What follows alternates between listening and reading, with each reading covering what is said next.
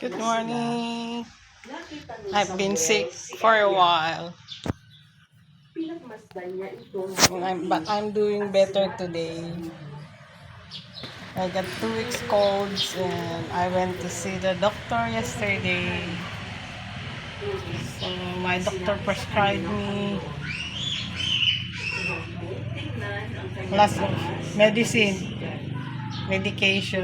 I got an allergy on my cough. It's good. I feel better today. Had some antibiotics.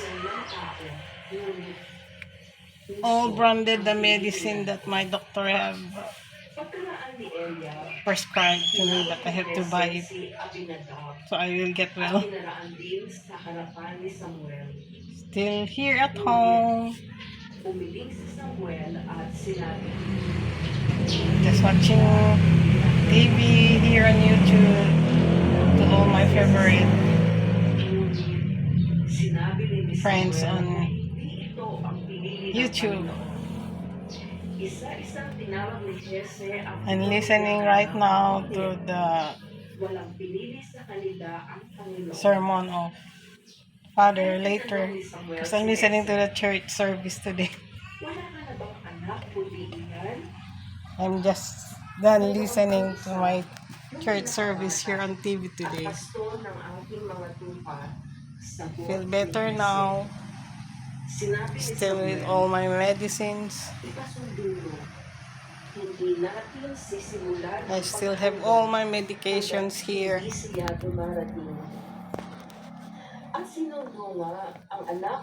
Still waiting again for my grandson. These are all my medicines I bought yesterday. So many medications. Antibiotic.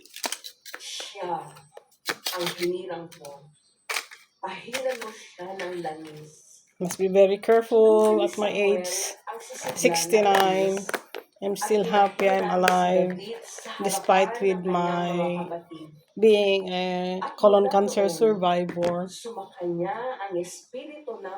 God allowed me to live longer despite being a colon cancer. God is good all the time. We always have to pray for our long, good health. I'm very lucky I survived my colon cancer. Had my surgery last August 2021. I got sick of COVID 2 times, but I still survived. I'm still very thankful that God extended my life, even though I got sick of COVID 2 times and still surviving, being a colon cancer survivor. Thank you, Lord, for the gift of life. I'm going next month on February for my tumor marker again. I have to do my tumor marker every 6 months. Just to make sure that no cells growing for head to have again another cancer. So it's good to go for check up all the time. My tumor marker every 6 months. So we have to be very careful and have to take care of our health if we want to live long. I'm always very thankful I have my family with me every day, and my grandson always make my day happy. I'm waiting for him again. He is my happiness every day. He always make my day every day.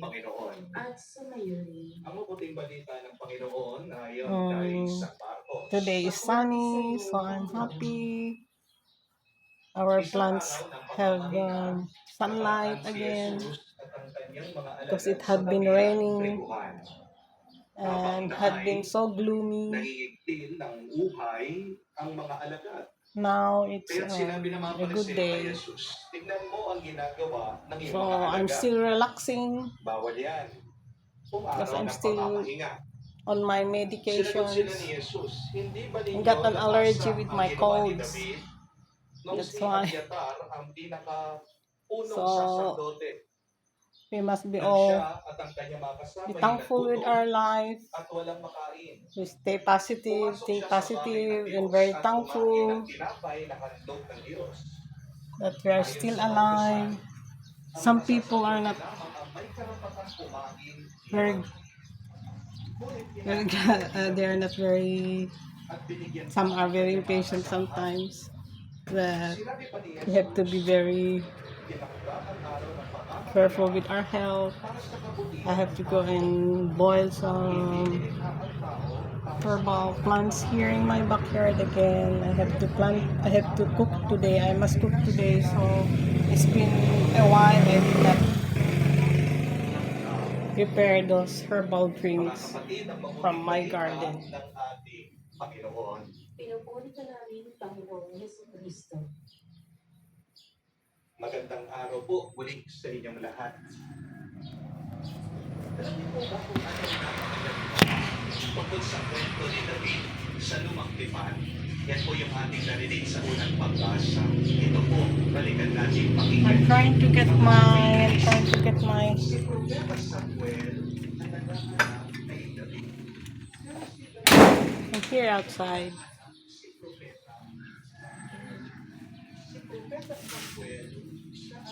Trying to check again. I'm always happy when I see my lucky plant here on the table.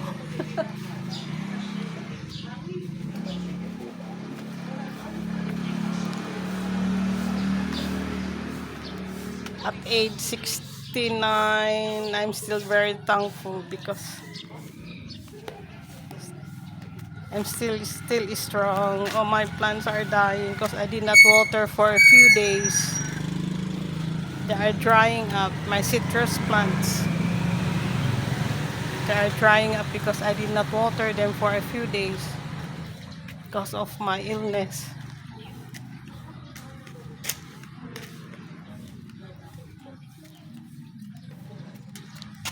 This is my neighborhood here.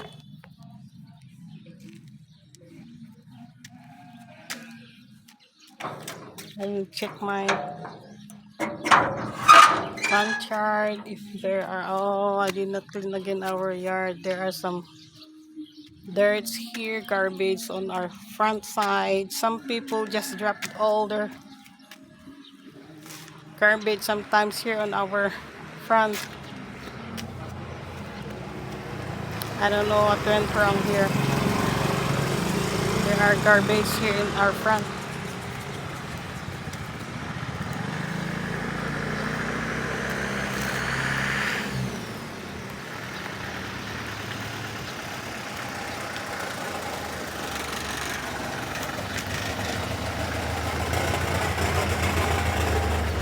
This is my yard. There is my neighborhood.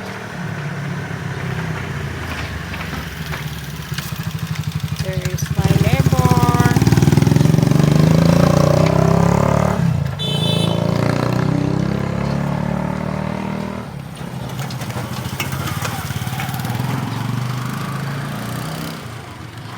I just came out to check my front yard. There are garbage again from people. They just throw their garbage always on my front yard. Sometimes it's annoying.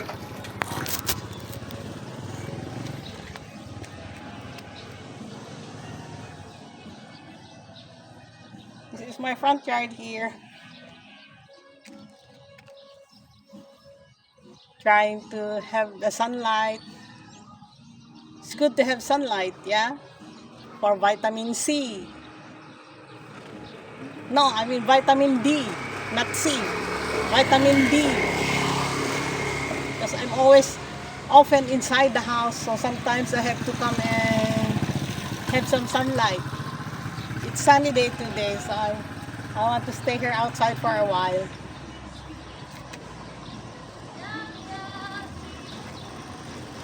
I'm still waiting for my grandson. He's still in the school. Maybe they are on their way by a few minutes. They will be here.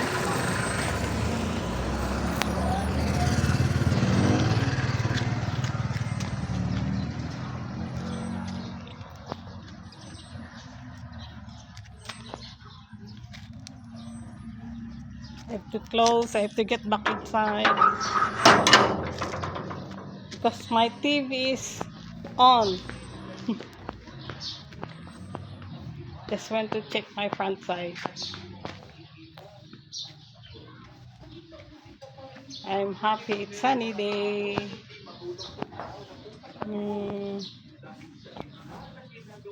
Oh my, bougainvilleas are all blooming. I'm very happy that all those different colors. Oh, I cannot see all the colors here. There are my bougainvilleas. They start to bloom. So nice. They grow tall. I planted all this bougainvillea for our fence because it protects us from dust and people climbing. We never know. There are some bougainvillea blooming. There is pink, yellow. I just missed the white one.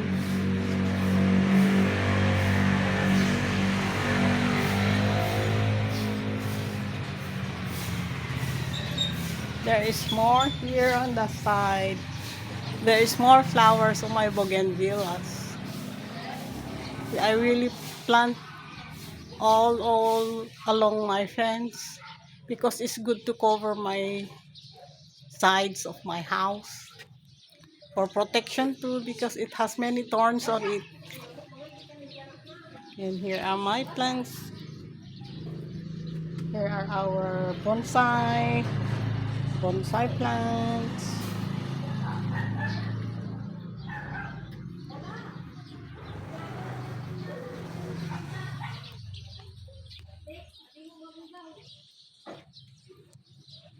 They are already growing robust. This is my yard.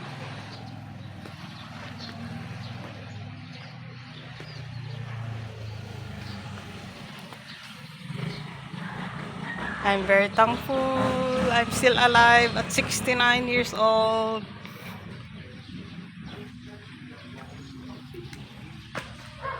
I wonder how people stay also as this stage of life more than 60. I will be 69. I will be 70. I mean on December. I will celebrate my birthday with my family. I will be 69 on December. I will be 70. Oh my god, my Alzheimer is still working again. Sometimes I forget what to say. Sometimes I'm so scared to go out being alone because sometimes I forget my address, so I have to think first my address or write my address in a piece of paper. So when I come home, I know what to say to the driver who will bring me here, because my son-in-law is always busy to pick up my grandchildren from school. So when I go out sometimes for coffee or have lunch outside, I ride on a tricycle nearby our place. But I have to go home alone. Sometimes they pick me from the school because I stay whole day sometimes in the mall, just reading having coffee, have lunch. So that's how life it is. Being at 69 years old, I'm still very thankful and grateful for all the blessings and my wellness, my good health. So far so good. My doctor said my colon cancer is good because I always go there every 6 months for my tumor marker. It's very important to check my cells if there's any tumor or cancer growing. So next month I'm going for the tumor marker. Like I said, it's very important being a cancer survivor. I always have to check my health because I still want to live long. I still love to stay with my daughter here and with her 3 sons and her husband also. He also helps bring the school my grandchildren every day, so you don't need to hire a driver. You cannot afford to hire a driver, so it's good my son-in-law knows how to drive. And yeah, going to, so I always stay at home for the day. I'm always thankful that I'm still alive at 69. I mean, uh,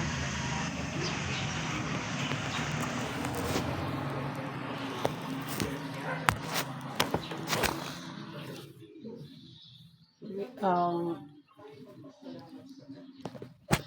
I'm always thankful that God allowed me to live long. And I reached 69. God is good. And I have to go and have my breakfast because I did not yet have my breakfast. I've just done sweeping the floor, so I'm the one doing household chores. I'm helping my daughter. We don't need any helper. We used to have when my grandsons were all newly born. When we had my grandsons newly born and they were still younger, we have our maid before, but now we help each other doing all the household chores. Mostly we buy cooked food for the lunch because no time to cook and I don't want to cook. I'm not a good cook. My son-in-law buys cooked food and then that's our routine every day. Eat lunch, cook food. Sometimes he cook when we have time. When my youngest grandson do not go to school, that's the time he will cook for our lunch. And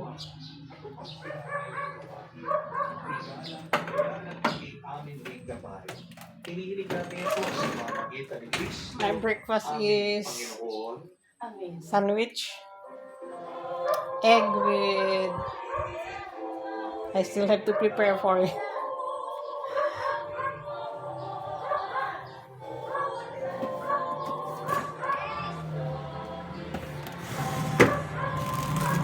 To bring my bread. I have apple for breakfast.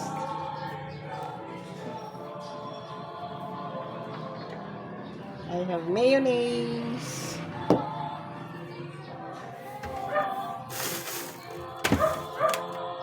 Oh,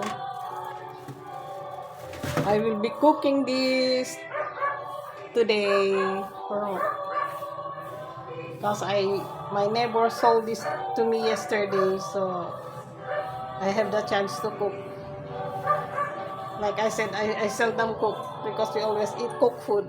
But today I have this, so I will try to cook this today or maybe tomorrow.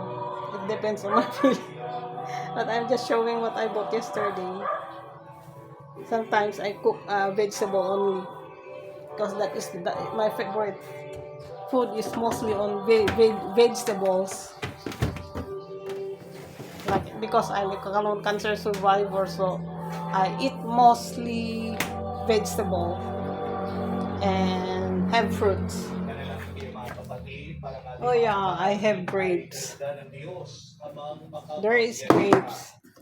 I forgot to have these grapes. I'm glad we have good grapes today. My son-in-law bought this. So this is my breakfast. Apple, grapes, and a sandwich. I will be preparing after having my this video. Sa pamamagitan ni Kristo kasama ng Thank you for watching. Sa walang hanggan. Amen. Sumayo ang There is Father, I could not see Father. Itaas sa Diyos sa inyong mga puso at diwa. Itinaas na namin sa Panginoon. Thanks for watching, guys. Marapat na siya ay pasalamatan. I will be better tomorrow with all my medications. Ngayon aming kagalakan. Thank you.